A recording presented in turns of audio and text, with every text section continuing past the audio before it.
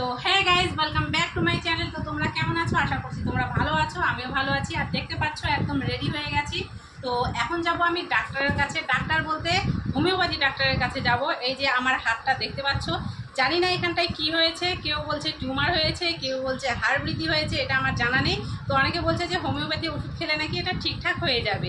তো সেই জন্য যাচ্ছি ডাক্তারের কাছে। এবার জানি না ডাক্তার কি বলবে। তো ডাক্তারের সাথে দেখা করে তারপরে আমি জানতে পারবো এটা কি হয়েছে। তো চলো এখন সোজা যাচ্ছি ডাক্তারের কাছে। আমরা ডাক্তার দেখিয়ে নিয়েছি, ডাক্তার দেখানো হয়ে গেছে। তো ডাক্তার বলল যে ওটা মাংস বৃদ্ধি হয়েছে রগের উপরে, 4 মাস ওষুধ খেলে ঠিক হয়ে যাবে। তো 1 মাসের ওষুধ নিয়ে আসলাম, তারপরে কন্টিনিউ দিয়ে ওষুধগুলো নিয়ে আসতে হবে। আর যেখান থেকে ডাক্তার দেখালাম সেখান থেকে আমার মায়ের বাড়িটা খুবই কাছে, তো ভাবলাম মায়ের সাথে একটু দেখা করে যাই। তো চলে এসেছি। আর একটু আগে মা ছিল না, এখন মা বাড়িতে চলে এসছে। এই যে দেখো, এটা হচ্ছে মায়ের ঘর। কারণ আমরা কিন্তু গরিব, মাও গরিব, সবাই গরিব, কেউ বড় লোক নয়। তো যাই হোক, মায়ের ঠাকুরটা তোমাদেরকে দেখাই। দেখো, এই যে মায়ের ঠাকুর, একটু জুম করে নিই, একটু জুম করে নিলে তোমরা দেখতে পাবা। আমি ঠাকুরের কাছে যাচ্ছি না, কেননা আমাদের না আতুর পড়েছে, ওই জন্য ঠাকুরের কাছে যাচ্ছি না। তো দূর থেকে তোমাদেরকে দেখাচ্ছি। এখানে রাধা কৃষ্ণ আছে, দেখতে পাচ্ছ।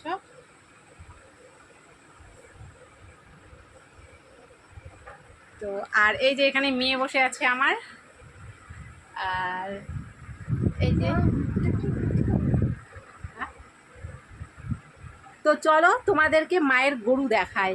মায়ের এখানে অনেক বড় বড় গরু আছে, মা গরু পোষে। তো তোমাদেরকে গরুগুলো দেখাই, চলো।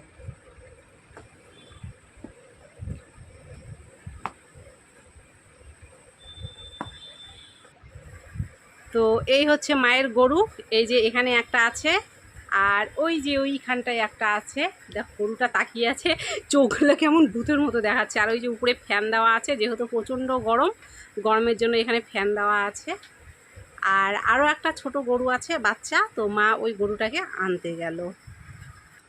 আর এইদিকে দেখো মায়ের কাছে ফুল, কত ফুল ধরে আছে।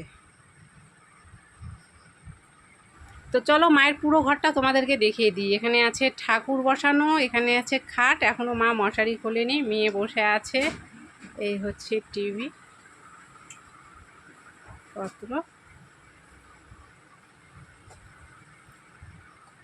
আর এখানে আছে মোটর সাইকেলটা ঢাকা আছে।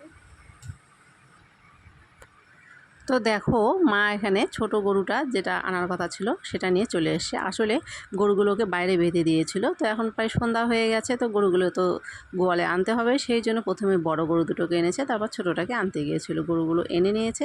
এবারে দেখো মা এখানে দুধ দোয়াতে বসে গেছে। আর এই যে বড় গরুটা এখন তোমরা দেখতে পাচ্ছ, এই গরুটার কিন্তু এই মাসেই বাচ্চা হবে। আর যে গরুটার দুধ দোয়ানো হচ্ছে সেই গরুটার বাচ্চা হবে কিন্তু ঠান্ডার মধ্যে, মানে পৌষ বা মাঘ মাসের দিকে।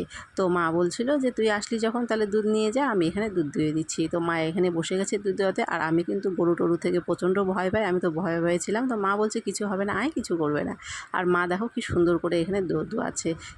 আমার পক্ষে তো এগুলো একেবারে অসম্ভব, আমি এগুলো কোনোদিনই পারি না। আর মা দেখো এখানে আমাকে দুধ দিয়ে দিল, আর সামান্য একটু দুধ রাখলো, কেননা মায়ের বাড়িতে একটা ছোট বিড়াল আছে, সেই জন্য। তো দেখো বাড়িতে চলে এসেছি। বাড়িতে চলে এসে কাপড় ছেড়ে ফেলেছি, মানে চুড়িদার যেটা পরে গেছিলাম সেটা খুলে ফেলেছি। খুলে ফেলার পরে চোখ মুখ ধুয়ে টুয়ে একদম পরিষ্কার হয়ে গেছি।